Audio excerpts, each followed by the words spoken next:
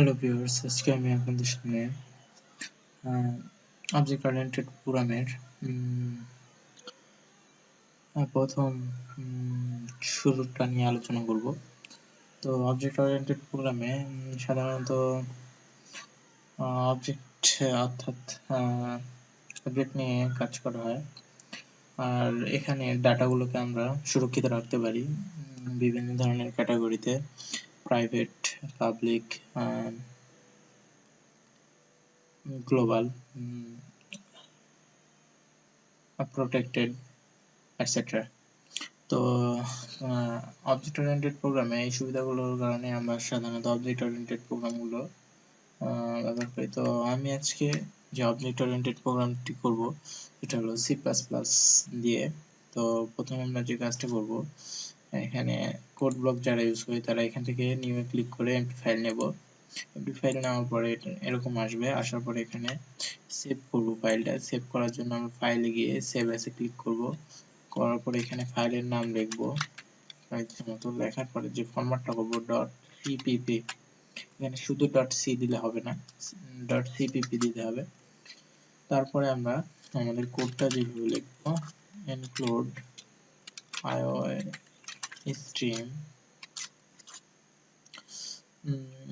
তো এটা হচ্ছে C++ এর হেডার ফাইল, এবং C++ এ এভাবে হেডার ফাইলের মাধ্যমে কাজ করতে হয়। এবং স্কোপ রেজুলেশনের জন্য ইউজিং নেম স্পেস std লিখতে হয়। লেখার পরে আমরা এর আগে যখন প্রোগ্রামিং শিখেছি তখন আমরা printf লিখে আমরা কোনো কিছু আউটপুট দিয়েছি, আর C++ এ আমরা cout লিখে লেখাগুলোকে ডিসপ্লেতে প্রিন্ট করব, hello world। তো এভাবে লেখার পরে আমরা যখন এটাকে রান করব তখন আমাদের প্রোগ্রামটা রান হয়ে যাবে এবং এটা প্রিন্ট আউট দেখাবে। তো আমরা যেটা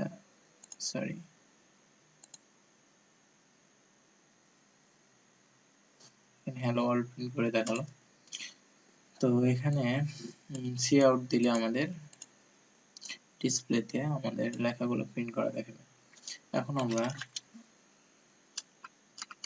যে কাজটা করব,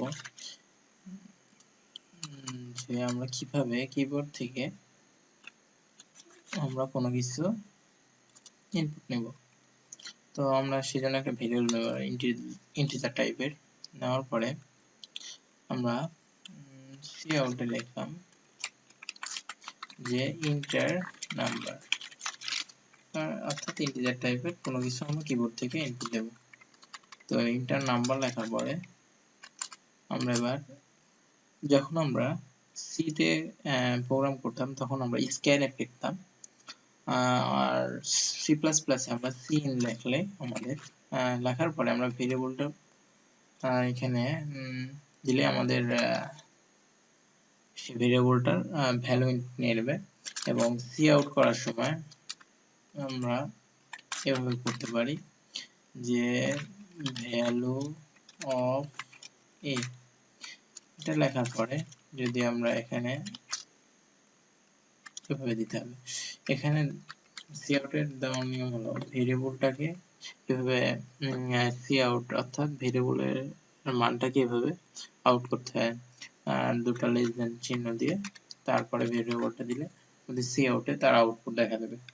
এবং এখানে আমরা লাইন ব্রেক করার ক্ষেত্রে অর্থাৎ নিউ লাইনের জন্য আমরা \n এটা ইউজ করতে পারি, অথবা আমরা আবারও দুইটা লেস দেন ইউজ করে end লাইন এটা ইউজ করতে পারি। তো আমাদের চলুন দেখি এটা আমরা রান করি।